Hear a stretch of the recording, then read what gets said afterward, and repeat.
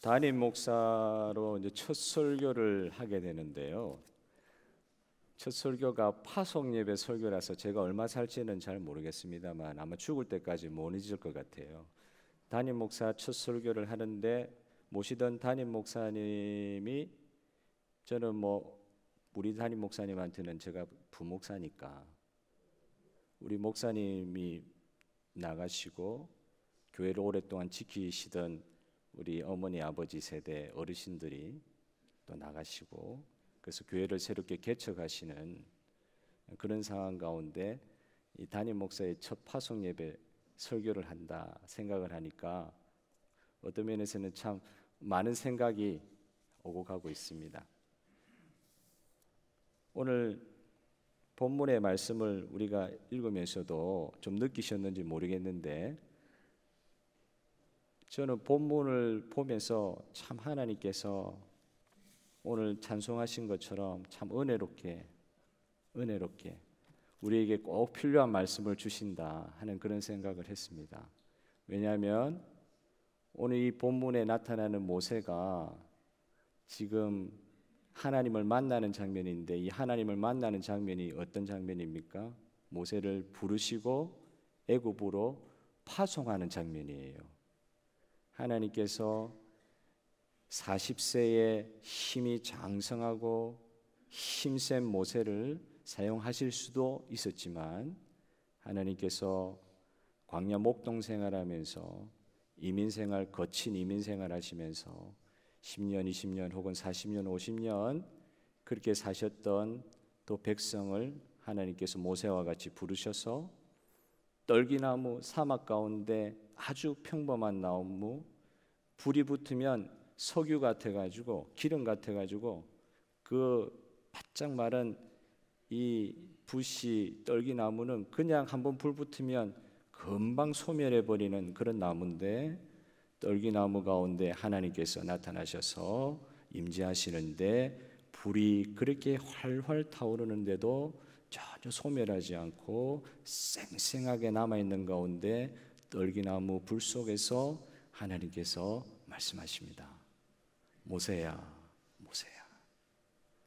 오늘 이 자리에 앉아있는 저와 여러분, 눈에 보이지 아니하시지만 우리를 부르시고 우리와 함께 하시고 영원토록 임마누엘 되시겠다고 약속하신 하나님의 은혜가 이 자리에 저와 여러분 가운데 있는 줄 믿습니다.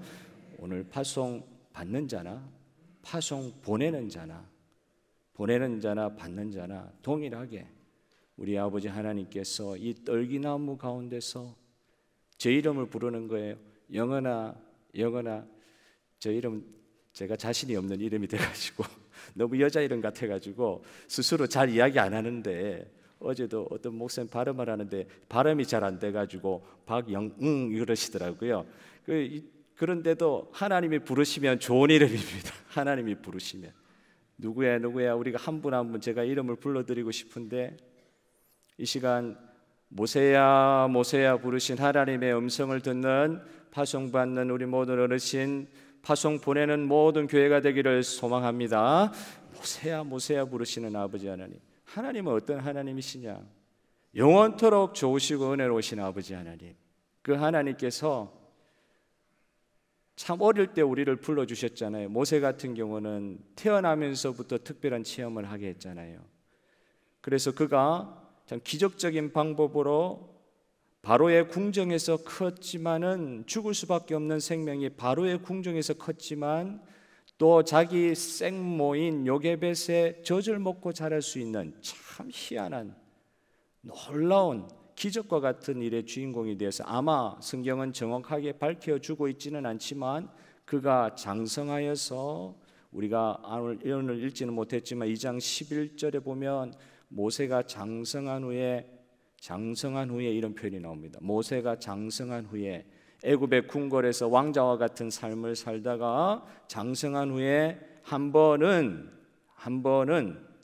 우연히 같지만 하나님의 섭리가 계셨죠. 한 번은 자기 형제에게 나가서, 그러니까 아마 요게벳을 통해서 정보를 얻었든지 어떤 방식이든 자기가 이스라엘 백성의 일원임을 알게 되었던 것 같아요. 그래서 그 마음에 자기의 자존감에 대한 자기의 정체성에 관한 그런 발견을 하고 아마 많이 고민하면서 살았던 거 아닌가.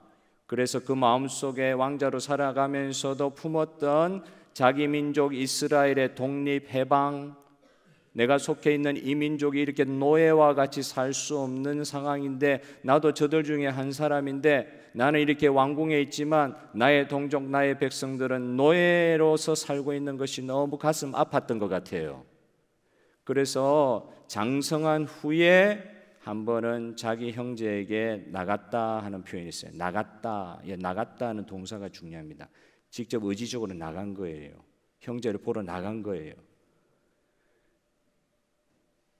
그리고 2장 13절에 보면 어떻게 이야기를 합니까? 형제 동포들끼리 싸우는 모습을 보면서 가슴 아파가지고, 그죠? 네가 어찌하여 동포를 치느냐 말하기도 했어요.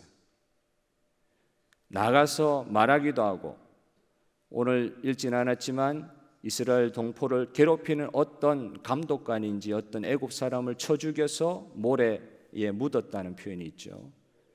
그렇게 자기가 이 왕족으로서 살면서 자기가 할 수 있는 일들을 찾아서 직접 가서 직접 말을 함으로, 뒤에 보면 모세가 하나님 떨기나무에서 하나님을 만났을 때는 저는 입이 약합니다. 말을 못합니다. 아무것도 할 수 있는 게 없습니다. 이렇게 모세가 이야기했지만 그 젊을 때 모세는 달랐습니다. 나가서 의지적으로 말을 하고 사람을 때려 죽이면서까지도, 우리 김구 선생이 옛날에 일본 제국한테는 테러리스트였잖아요. 우리 김구 선생님처럼 그렇게 독립운동하려는 그런 마음이 있었던 거 아닌가. 그래서 사람을 죽이기도 하고 동포를 직접 찾아 나가기도 하고 동포를 싸움 말리면서 말을 하기도 하고, 말도 잘하는 사람이었습니다. 애굽의 학문이 출중한 사람이었습니다. 나중에 미디안 광야로 쫓겨갔을 때 목자들에게 그 우물물을 빼앗기고 있는 후에 장인들 이드로의 딸들에게 그 수명의 혹은 수십 명의 그 목자들을 그냥 물리치고 그 십보라를 비롯한 그 딸들에게, 이드로의 딸들에게 우물물을 주는 그 정도의 이 출중한 무예 실력도 있는, 말도 잘하죠. 무예 실력도 있죠. 애국심도 있죠. 마음에 불도 있죠. 얼마나 준비가 된 사람같이 보였습니까? 장성한 이후의 모세. 그런데 하나님께서는 그때 모세를 사용하지 않으셨습니다. 그래서 어떤 목사님은, 제가 이게 참 오래된 설교인데도 잊지 못하는 게, 아마 미국 목사님 설교하신 것 같아요. 모세의 인생을 세 부류로 나누는데 모세가 120년을 살았거든요. 처음 40년, 두 번째 40년, 세 번째 40년, 도합 120년. 그리고 애굽에서 왕자로 자랄 때 40년, 그리고 애굽에서 쫓겨나서 미디안 광야에서 사시는 시간이 40년. 할아버지 됐죠. 80이 되어서야 하나님 부르심을 받고 다시 애굽으로 돌아가서 이스라엘 백성을 애굽에서 끌어내어서 가나안 땅에 다시 광야로 들어가서 40년 헤매게 되는데, 그 40년 동안 이스라엘 백성을 지도한 40년. 그래서 도합 120년입니다. 근데 그 참 재밌어요. 처음 모세는 어떤 모습이냐? something이었죠. something. 무슨 말입니까? 어떤 사람이 된 줄 알고 있었던 사람, 무언가 할 수 있는 사람. something, 나는 무슨 일이든 뭘 할 수 있다고 달려들던 그 젊을 때, 무엇이든 할 수 있다고 생각하는 something. 근데 그게 뭔가 빠져 있어요. something은 something인데 뭔가 빠져 있어요. 그런 모세를 하나님께서는 애굽의 왕자여 출중한 무예 실력이 있고 말도 잘하고 정말로 대단한 사람임에도 불구하고 그를 쓰실 수가 없었습니다. 그래서 미디안 광야로 하나님께서 섭리 가운데 그를 내보내는 시간이 있었는데 40년 동안 뭐 했습니까? 어제 토요일에도 우리 살펴본 바와 같이 광야에서 40년 지낸 거예요. 광야 사막. 그 다음에 목동이라 그랬는데 목동도, 그 목동이요, 자기 양을 치는 목동이 아니요, 장인 것도 내 것이라 그랬는데 제가 장인 어른하고 살아본 결과 제 거 아니더라고요. 제 거 아니에요. 그거 아니에요. 내 양 아니요. 장인 이도로의 양을 40년 동안 쳤다고요. 이리저리 옮겨다니면서. 사막이니까, 광야니까 풀이 있는 곳에서 양 먹이고 또 풀 다 죽어버리면 또 다른 데로 옮겨다니는. 그래서 시보라를 통해 얻은 첫 번째 아들 이름이 게르솜인데 그 이름의 뜻이 뭐냐? 내가 타국에서 나그네 되었노라. 왕자가 나그네 되어가지고 40년 동안. 저도 이민생활 직접 해보지는 않았지만 미국에서도 살아보고 호주에서도 몇 년 되지 않았지만 살면서 저는 한국에 있으면서 외국에 나가서 살아볼 거라면 꿈도 못 꿨습니다. 정말로 여러분들이 여기 꿈꾸고 오셨는지 모르겠는데 저는 정말 성이 항상 그냥 시키는 거 하고 그냥 안정적인 거 있으면 그거 열심히 하고 그런 성향인데 하나님께서 이렇게 어떻게 이렇게 자꾸 이렇게 돌아다니게 만드는지 모르겠어요. 근데 이 나그네 삶의 은혜가 있습니다. 애굽에 그냥 살았지만 애굽에는 하나님 없어요. 근데 나그네 삶이지만 사막이지만 돌아다니는 삶이지만 나그네 삶에 하나님께서 함께 하시면 그게 복인 줄 믿습니다. 근데 모세에게 그 당시에 40년을 인간적으로 생각하면 40년 나그네요. 40년 남의 양치는 목자요. 종이죠, 종. 40년 광야에서 사막에서 물이 없는 간조한 곳에서 꽃이 피지 않고 나무가 서지 않는 그런 사막에서 40년을 왕자였던 사람이 보내는데 그걸 그 목사님이 뭐라고 표현하느냐니까 nothing. 번데기 발음 잘 안 돼도 용서해 주시기 바랍니다. nothing. 아무것도 아니다. something인 줄 알고 시작을 했는데 nothing. nothing을 그냥 추상적으로 아무것도 아니다가 아니라 실제적으로 아무것도 아닌 삶. 그 삶을 40년 동안에 경험을 했는데 그리고 나서 인생이 80에 이제 80도 노인이잖아요. 80도 노인인데 그 인생을 80을 살면 그냥 정리를 하고 그냥 거기서 안정하고 그 아내 시보라와 그 자녀들과 그 장인의 가족들과 익숙해진 대로 계속 살 수 있음에도 불구하고 하나님께서 모세는 그렇게 살아야 되는 줄 알고 계속 살고 있었는데 어느 날 하나님께서 떨기나무 가운데 나타나시는 거예요. 전혀 예상하지 못하던 때, 전혀 기대하고 있지 못할 때, 생각하지도 못했는데 모세가 그 떨기나무를 보고 처음에는 지나쳤던 것 같아요. 지나쳤어. 멀리서 보고 너무너무 신기해가지고 가까이 가서 봤다 그랬죠. 가까이 가서 볼 때 하나님께서 모세에게 모세야 모세야 부르시기도 하셨지만 다가오는 모세에게 모세가 다치면 안 되니까 하나님의 거룩에 소멸되면 안 되니까 그것은 거기서 멈춰라. 그것은 거룩한 것이니 내 신을 벗어라. 이런 표현을 하고 계시죠. 거룩하신 하나님이 이사야 6장에 이사야를 만나실 때의 모습처럼 변화산상에 누가복음 18장에 변화산상에 예수님께서 모든 것을 변화시키시고 자기도 변화된 가운데 흰옷 입은 것 같은 광채 가운데 있는 엘리야와 모세 만나시는 그 장면처럼 누구도 범접할 수 없는 그런 영광 가운데 하나님께서 모세야 모세야 부르시면서 이야기하는 오늘 장면 지금까지 이어왔습니다. Nothing이었어요. 자기가 처음에는 something인 줄 알고 뭔가 할 수 있을 줄 알고 막 부딪힐 때 하나님께서 일을 시키지 아니하시고 40년 동안 정말 아무것도 없이 소멸될 것 같은 nothing 되는 아무것도 없다고 고백할 수 없는 그 자리에까지 모세를 인도하시고 그런데 그렇게 nothing으로 끝나게 하지 아니하시고 오늘 하나님께서 떨기나무 가운데 모세를 부르시는 순간부터 모세를 대면하여 만나시는 그 전에 하나님께서 이렇게 모세를 만났다는 표현이 없어요. 이때 하나님을 진짜 처음 뵙는 것입니다. 우리는 젊어서 주님을 만났지만 모세는 80세가 돼서야 하나님 만났습니다. 하나님 만나는데 불꽃 가운데 있는 하나님, 자기의 이름을 부르는 하나님, 자기의 존재를 아무것도 아닌 것인 것처럼 생각할 수밖에 없는 도탄의 지경에 빠져 있는, 정말 nothing인 상황에 빠져 있는 모세의 자기 존재감 전혀 제로인 상태에 있는 모세에게 하나님께서 이름을 부르시면서, 물에서 건져주신 이름이잖아요. 모세, 물에서 건짐받았다. 물에서 건져주신, 죽음에서 생명으로 건져주신 그 이름 모세, 모세야 한 번도 아니고 두 번 계속 부르시면서 모세를 만나주시는 장면, 이것부터 시작해서 그 목사님 뭐라고 이야기하는 줄 압니까? Everything, 발음이 연약해서 죄송합니다. Everything, 모든 것을 다 얻었다.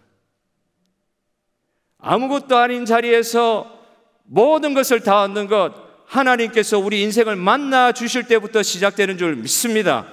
여러분, 이 예배하는 시간, 눈으로 볼 수 없는 하나님께서 일주일 동안 생고생하고 어떤 면에서 우울증도 있고 변화없는 삶, 그냥 어떻게 보면 믿지 못하는 사람들, 도탄에 빠진 백성들은 죽지 못해서 사는 삶, 재미없는 삶, 열정 없는 삶, 일상성의 삶에 완전히 파묻혀서 어떤 새로운 것 하나도 기대할 수 없는 삶, 밥 먹는 거 어제도 먹었고 오늘도 먹고 내일도 먹을 것인데 전혀 변화 없을 것 같은 삶, 몸은 점점 약해져 오고 상황은 점점 어려워져 오고, 미래에 대한 희망을 젊을 때는 정신이라도 승리할 수 있었는데 마음 열기가 있으니까요. 연세가 들어가면서, 나이가 들어가면서 일상생에 완전히 젖어가면서 전혀 미래에 대한 소망과 기대를 할 수 없는 상황에 있던 그 우리의 삶이, 오늘 이 자리에 교회는 교회당 건물이 아니라 하나님의 백성, 개개인의 성전인데, 성령에 거하시는 성전인 하나님의 백성들이 모여있는 이 교회에서 함께 예배드릴 때 하나님이 우리를 다시 만나주시는 줄 믿습니다. 하나님이 우리를 다시 만나주셔서 우리의 이름을 불러주시는 거예요. 오늘도 우리의 이름을 불러주셔서 그 순간이 아무것도 아닌 삶이 아니라 하나님을 만나고 대면하여 예배하는 이 시간이, 그래서 예배가 중요한 겁니다. 저희가 토요일 아침마다 사실은 성도님들한테 저는 이야기를 안 하고 지금 기도하고 있습니다만, 토요일 아침에 새벽 기도 우리가 하면서 제가 빠뜨리지 않는 기도 제목이 있습니다. 내일 예배의 은혜를 주시옵소서. 우리 성도들이 함께 모이는 시간이 평일을 잘 안 나오시니까, 그나마 한번 주일날 예배 드리는 성도님들이 많으신데, 내일 예배 이 시간에 이 교회당 건물에 들어와서 은혜 받는 것이 아니고 하나님의 성전인 성도들이 모여있는 하나님의 공동체, 우리 주 예수 그리스도의 몸인 이 교회가 살아계신 아버지 하나님, 떨기나무 불꽃 가운데 임재하시는 하나님 아버지, 그 하나님의 아버지의 성호를 찬양하며 예배하는 이 시간, 성도들이 아무 생각 없이 이 예배당에 나오는 그 순간이라 할지라도 살아계신 아버지 하나님을 만나는 시간이 되게 하여 주시옵소서. 그래서 세상에 찌들려 있던 것, 세상에 단절되어 있던 것, 막혀 있던 것이 하나님께 예배드림으로 말미암아 풀려지는 은혜의 역사를 허락하여 주시고, nothing의 인생이 everything의 인생이 되게 하여 주시옵소서. 그 기도를 토요일 아침마다 한다는 거 아닙니까? 여러분, 그래서 그 기도를 하면서 어느 순간 마음에 소원이 생긴 게, 진짜 여기 들어오기만 해도 좀 은혜 받게 해 주시옵소서. 성도님들이 이 자리에, 성도들이 모인 자리에 예배하러 들어오기만 해도 은혜 받게 하여 주시옵소서. 여러분, 오늘 이 자리는 목사를 만나는 자리도 아니에요. 옆에 우리 반가운 친구들을 만나는, 그것도 중요한 것이지만, 우리 성도 안의 교제도 중요한 것이지만, 그것보다 더 우선되는 것, 살아계신 아버지 하나님을 만나고 누구야 하는 음성을 들으시는 시간이 되어야 됩니다. 불꽃으로 떨기나무 가운데 임하셔서, 그러면은 하나님 만나면 죽어야 되는데 하나님 만나면 죽지를 않아요. 하나님 만났는데 떨기나무가 소멸되지 않아요. 하나님 임재 가운데 죽을 수밖에 없는 이 생명체들이, 피조물들이 하나님 존재 앞에서 소멸되고 죽어야 되는데 모세도 죽지 아니하고 떨기나무도 타버리지 아니하고 하나님 가운데 뜻 가운데 새로 살려주시는 놀라운 은혜가 이 하나님 대면하는 장면부터 시작합니다. 그렇게 해서 설교가 딱 끝나면 되게 좋겠는데, 그런데 이 모세를 만나는 장면이 출애굽기 앞에 1장 2장에도 보면 이 대서사시가 흘러가는 거거든요. 민족의 목숨이 왔다 갔다 하는 대서사시가 흘러가는 그런 장면들에 대한 묘사는 애굽 왕이 남자아이들을 물에 빠뜨리라 그랬다 1절, 모세가 태어났는데 하나님 보시기 아름답더라 그것도 1절, 살렸는데 애굽 공주를 모세가 만나는 장면 1절, 간단하게 넘어가요. 울부짖었더라 1절, 백성들이 바로의 고통 가운데 울부짖었더라, 그런 묘사가 자세히 묘사되어 있지 않아요. 그런데 오늘 이 3장 1절부터 거의 4장 끝절까지, 4장 중반 중하반절까지 긴 내용으로 하나님과 모세를 만나는 장면이 이렇게 길게 서술되어 있습니다. 왜 그게 길어졌을까요? 왜 그게 길어졌을까요? 하나님 만났으면 은혜 받았다, 기적을 체험했다, 확 터지고 이렇게 하나님 만났다, 그리고 애굽으로 갔다, 이런 식으로 앞에 문장의 서술 형태를 보면 그렇게 진행이 돼야 될 것 같은데 길게 하나님께서 모세를 만나는 장면을 묘사하고 계십니다. 왜 그럴까요? 이 좋은 의미도 있는데 어떤 면에서 nothing의 인생에 한 40년 동안 nothing의 인생에 너무 익숙하다 보니까 모세가 할 말이 많은 거예요. 너무 새로운 것이니까, 익숙하지 않은 것이니까 이해가 되지 않는 게 많은 거예요. 5번을 질문을 합니다, 하나님 앞에. 그걸 그대로 써놨어요. 이게 자기가 쓴 거니까 자기가 알잖아요. 자기가 어떻게 하나님 앞 만나는 그 장면에서 하나님 앞에 딱 만나는 순간 꼬꾸라지고 주 예수 주 하나님이여 영광을 거두시옵소서 이렇게 하고 끝나면 되게 좋을 것 같은데 그렇게 하지 않고 5번이나 질문을 합니다. 질문을. 하나님, 첫 번째 여기 보면 동그라미를 치면서 성경을 한번 읽어보세요. 모세가 이르되, 모세가 물어 가로되, 이런 식으로 그 구절이 딱딱 이렇게 나누어져 있어요. 그게 5개예요. 오늘 어제부터 시작해가지고 내일 본문까지 5개가 모세가 물어 이르되, 모세가 이르되, 모세가 질문하다는 식의 그 표현이 5개가 나온단 말이죠. 첫 번째 질문 무엇입니까? 하나님, 내가 누구이간데 나를 보내시려 합니까? 내가 도대체 뭔데? 나 아무것도 아닙니다. 하나님, 내가 뭔데 하나님 보내시려? 내가 누구이게? 내가 누구에게 3장 11절에 내가 누구에게 바로에게 가며 내가 누구이기에 이스라엘 자손을 애굽에서 인도하여 내리까? 내가 뭔데요? 아무것도 아닌데요. 양치기 40년 했는데요. 내 소유도 하나 없는 인간인데요. 종처럼 40년 라반의 사위 야곱처럼 말이죠. 40년 그렇게 산 사람인데 내가 누군데요? 이해는 갑니다. 이해는 갑니다. 당연히 물어볼 수 있는 질문인 것 같습니다. 아무것도 할 수 없는 인간 보고 애굽에 있는 바로를 만나라고요? 그게 가가지고 바로를 협박해가지고 내 백성을 내보내라고 이야기하라고요? 내가 누군데요? 당연히 물어볼 수 있는 질문 같아요. nothing의 인생에서는 자기 경험한 것으로는 이런 질문 던질 수 있어요. 그런데 하나님께서는 거기에 대해서 대답하십니다. 3장 12절에 내가 반드시 너와 함께 있으리라. 할렐루야. 너 아무것도 아니지. 근데 내가 너와 함께 있으니까 괜찮아. 이 답을 주시는 거예요. 그냥 질문하실 때 나를 뭘로 보고 하고 이렇게 뒤통수를 한 대 때리시는 게 아니라 하나님 계속 답해 주세요. 두 번째 질문을 합니다. 3장 13절에 오늘 읽었죠. 그들이 애굽 사람이 바로가 내게 묻기를 그의 이름이 무엇이냐? 너를 보낸 하나님이라 그러는데 그때는 야훼라고 해가지고 모음을 붙이지 않는 자음만 하나님의 이름을 붙였기 때문에 이게 발음이 어떻게 되는지 정확하게 아는 사람이 아무도 없어요. 이 야훼라는 이 자음에다가 모음, 감히 하나님의 이름을 부를 수 없어서 히브리 사람들이 주여 하는 말을 아도나이라고 그러거든요. 아도나이의 모음을 야훼에 이렇게 붙여보니까 그게 여호와 이런 식으로 발음된다고 해가지고 여호와라고 읽기도 하고, 어떤 사람은 야훼라고 있는 그대로 자음만 가지고 읽기도 하는데, 하나님의 이름을 어떤 식으로 부르는지 이스라엘 백성 아무도 모르고 모세도 모르는 게 당연하죠. 그들이 내게 묻기를, 애굽 사람이 내게 묻기를 그의 이름, 너를 보낸 하나님이라 그러는데 그 야훼 하나님이 이름이 무엇이냐 하리니, 모세가 하나님 앞에 질문합니다. 내가 무엇이라고 그들에게 말합니까 주님? 나도 당신 잘 모르는데, 그 사람들이 당신 나를 보내신다고 하시는 하나님, 내가 조상 때부터 우리 조상이 하나님인 건 들어서는 알고 있는데 한 번도 안 만나시다가 이렇게 나타나셔가지고 내보고 이런 일을 시키시는데, 이거 나도 안 믿기는데 그 사람들에게 내가 누가 보내서 왔다고 이야기합니까? 당연히 물을 수 있죠. 나띵인 인생 경험치에서는 당연히 물을 수 있는 질문이죠. 그런데 하나님께서 3장 14절에 이렇게 이야기하십니다.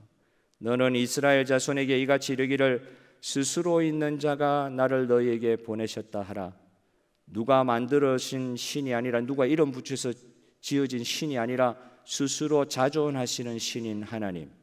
그거에 대한 이해가 안 되니까 15절에 그 전에 말씀하셨던 그 말씀으로 다시 설명을 합니다. 내가 누구냐?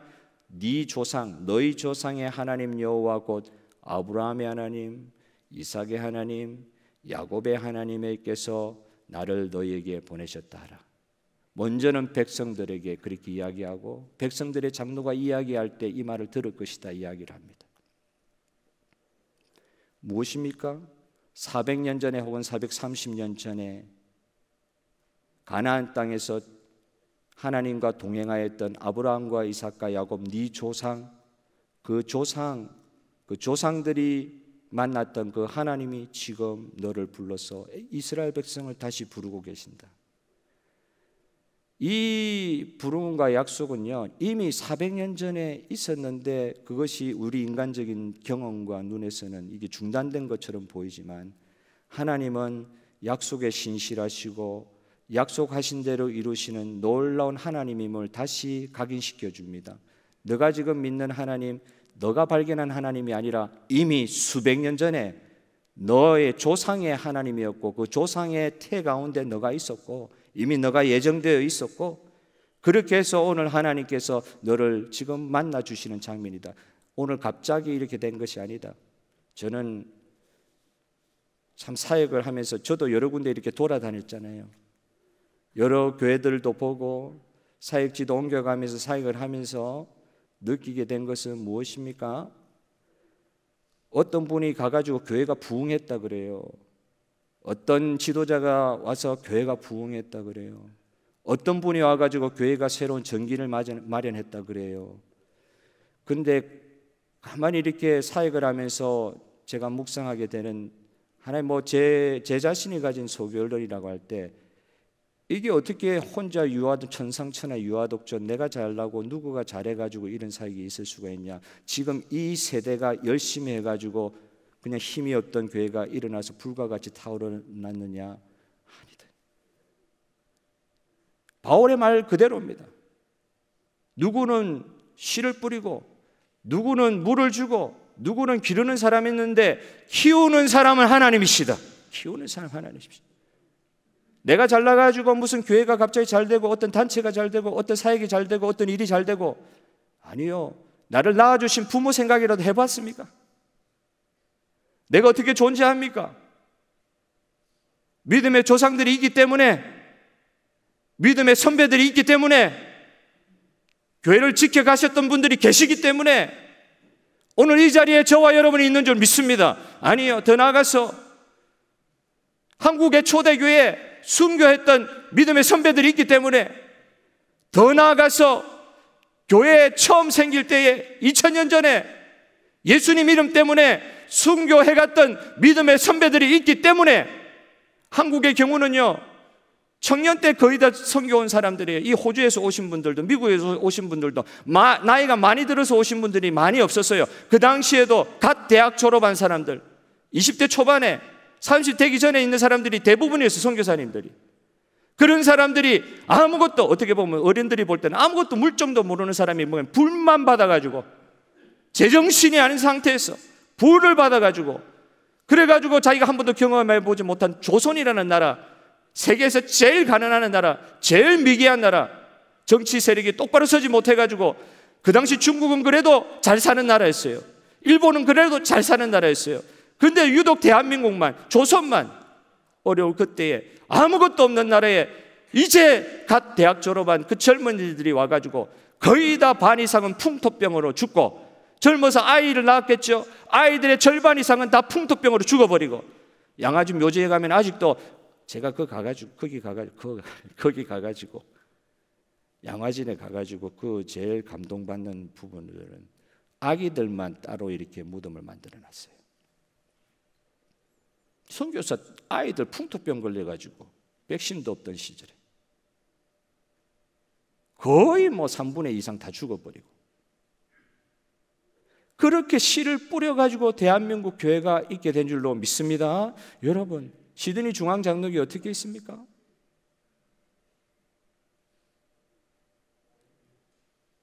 누가 한 사람이 잘해서 그렇습니까? 어떤 세대가 특별히 오늘 이렇게 해가지고 이렇습니까?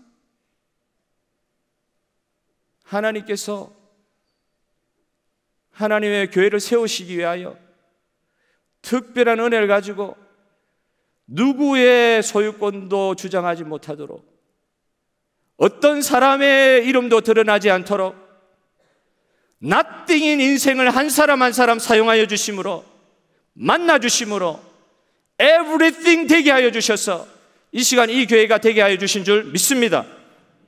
그리고 오늘 몇 번의 파송 예배를 우리가 했지만 40주년을 맞이하는 이 즈음에서 담임 목사님이 새로운 교회를 개척하여 나가는 새로운 파송을 또 우리가 하게 되는 참 이런 영광의 때를 우리가 맞이했는데, 아버지 하나님께서 지금까지 우리를 통해서 부족하지만 nothing이지만 우리를 통해서 임재하시고 일하신 결과 이런 일들이 생기는 줄로 믿습니다.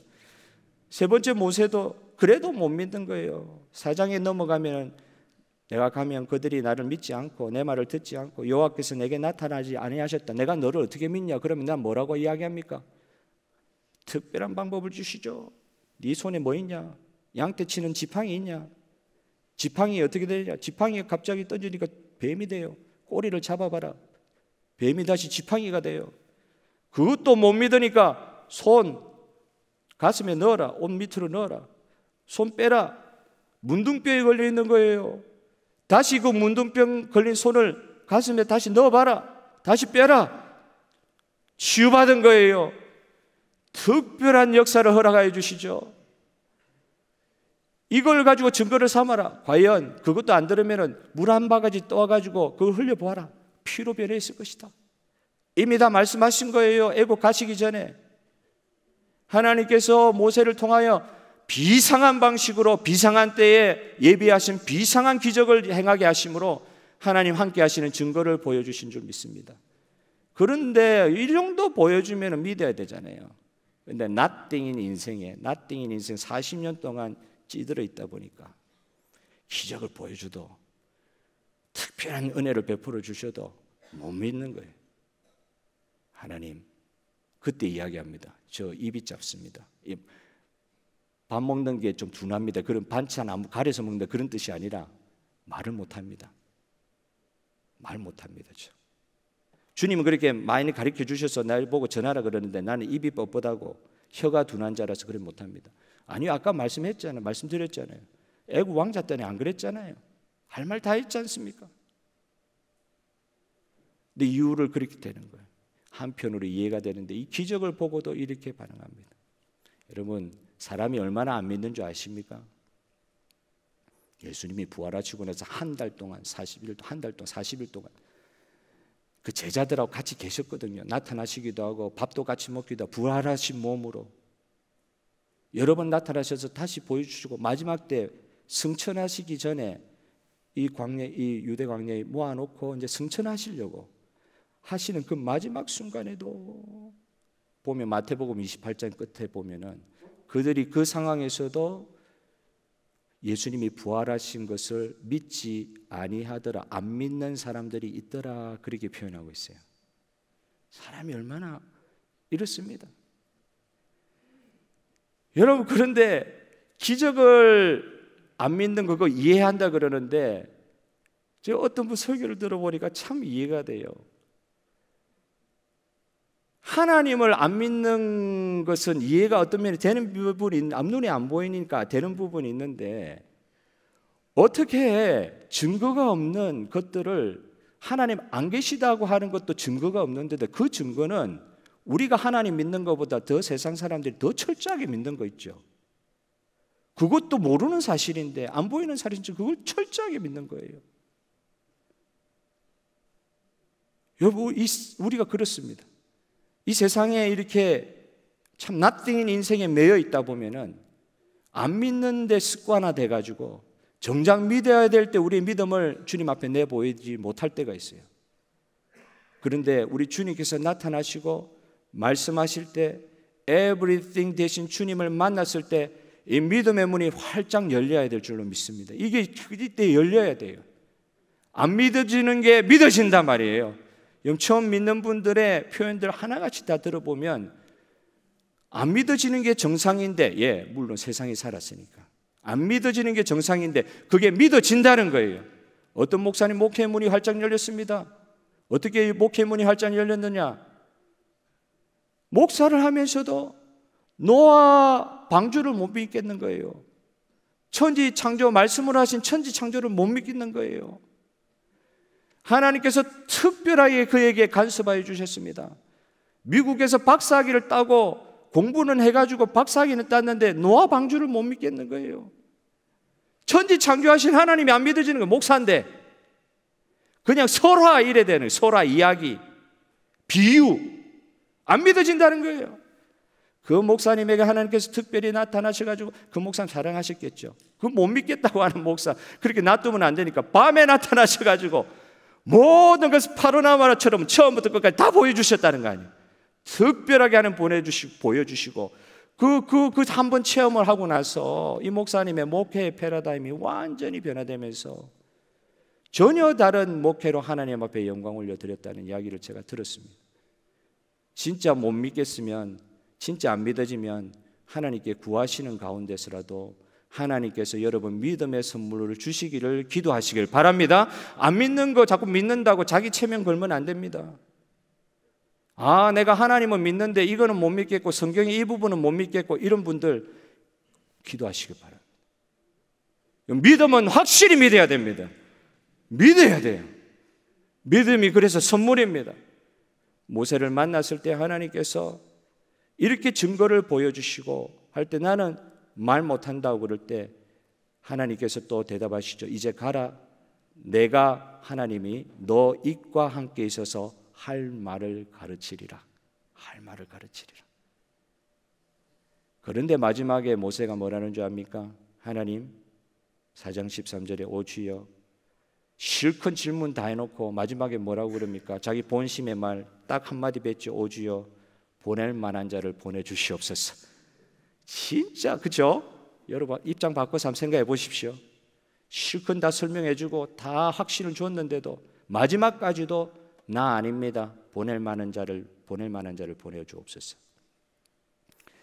하나님은 그때 그냥 이때까지 하는 순수한 방식으로 쉽게 그냥 하지 않으시고 어떨 때는 화를 내세요. 노하셨다고 되어 있어요. 뭐에 대해서 노합니까? 하나님의 하신 말씀을 믿지 못함에 대해서 노하시는 것이죠. 여러분 오늘 우리에게 믿음의 선물을 주시는 주님을 믿으시길 바랍니다. 믿음 선물 받아야 돼요. 하나님의 말씀하실 때 믿는 믿음의 선물 받아서 믿음으로 반응해야 됩니다. 반응을 못하니까 하나님께서 끝까지 가르쳐 주시다가 나중에는 화를 내셨다. 노하여 이르시되 레위 사람 내 형 아론이 있지 않느냐? 내가 아론도 너 앞에 예배해 놓았다. 애국 가면 만나게 될 것이다.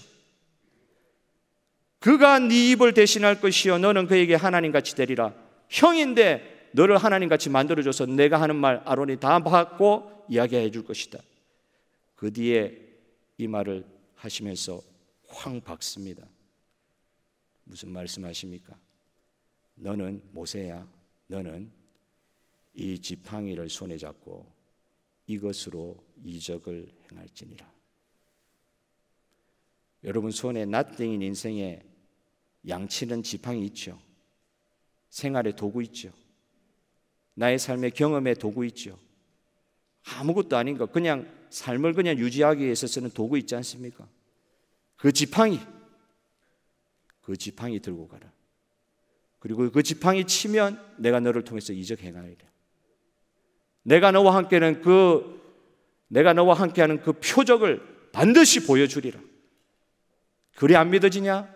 그 지팡이라도 들고 가라. 여러분, 오늘 저와 여러분의 삶 가운데, nothing인 인생 가운데 everything 주시기 위하여, 모든 것 주시기 위하여 오늘 만나주시는 하나님이 오늘 새로 파송받는 우리 시드니 갈렙교회 모든 성도님들, 남아서 동일한 주의 파송의 사역, 이 세상에 파송받은 사역을 감당하기를 원하는 모든 시드니 중앙장로교회 모든 성도님들에게 주님의 이 지팡이의 임재하심의 역사가 일어날 줄로 믿습니다. 우리가 어떻게 반응해야 됩니까? 지팡이를 믿습니까? 아니요. 지팡이 가운데 임재하신 하나님을 믿습니다. 그 하나님께서 임재하시겠다고 하셨으니까 그 하나님에 대한 믿음으로 반응하는 저와 여러분, 떨기나무 가운데 모세야 모세야 부르신 아버지 하나님 반응하는 저와 여러분 되시기를 주님의 이름으로 축복합니다. 시간 바로 우리 파송식을 가지도록 하겠습니다. 우리가 간단히 가지려고 하는데요. 어떤 분은 우리 교회에서 40년, 어떤 분은 30년, 20년, 10년 이렇게 같이 교회를 섬겨 오셨던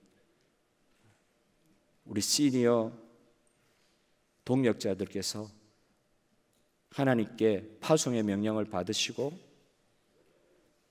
부르신 그 자리가 파송의 자리임을 인식하고 그 파송의 명령을 받으시고 하나님의 보내심을 받고 모세와 같이 80이 되신 분, 우리 여기 80 되신 분도 계십니다. 모세와 같이 something일 때가 아니라 어떤 면에서는 노쇠해지고 몸은 후패해지고 세약해지지만 부르신 하나님의 뜻대로 시간 갑니다.